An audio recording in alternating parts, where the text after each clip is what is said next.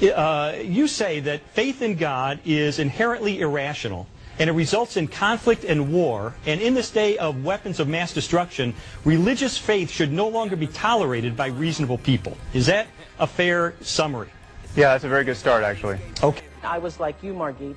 I thought Jesus came, died on the cross, that Jesus' being here was about his death and dying on the cross, when it really was about him coming to show us how to do it, how to be, to show us the Christ consciousness that he had, and that consciousness abides with all of us. Yes. That's what I got. Yes. That's what I got. Yes. Thank you. Religion, to me, is a giant elephant in the room of comic gold because, you know, we're talking about a garden with a talking snake. If you can't find humor there, people are just used to it. Yeah. That's why they don't laugh at it. Religion is not off limits. Religion makes specific claims about the universe which need to be substantiated and need to be challenged and, if necessary, need to be ridiculed with contempt.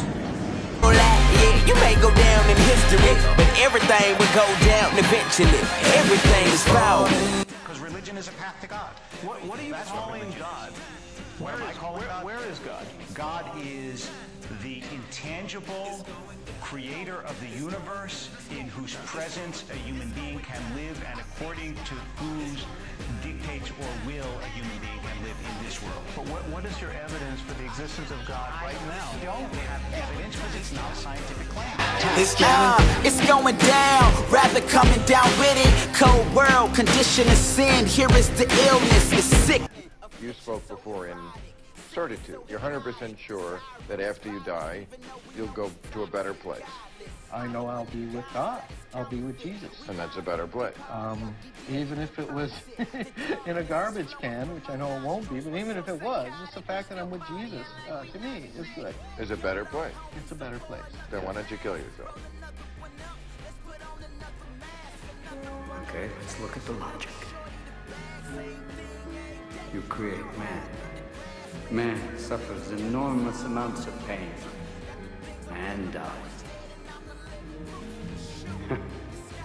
Maybe you should have just a few more brainstorming sessions prior to creation. You rested on the seventh day. Maybe you should have spent that day on compassion. I'm an atheist with respect to the Judeo-Christian God because there is not a shred of evidence in favor of the Judeo-Christian God or indeed any other God. I mean, you can read The God Delusion by Richard Dawkins, you can read God Is Not Great by Hitchens, but the Bible itself will turn you atheist faster than anything. You scared? I'm not. There's a time for everything. A time to be born and a time to die. There's a time of the world as we know it will end. When that is, I don't know, but it is going down.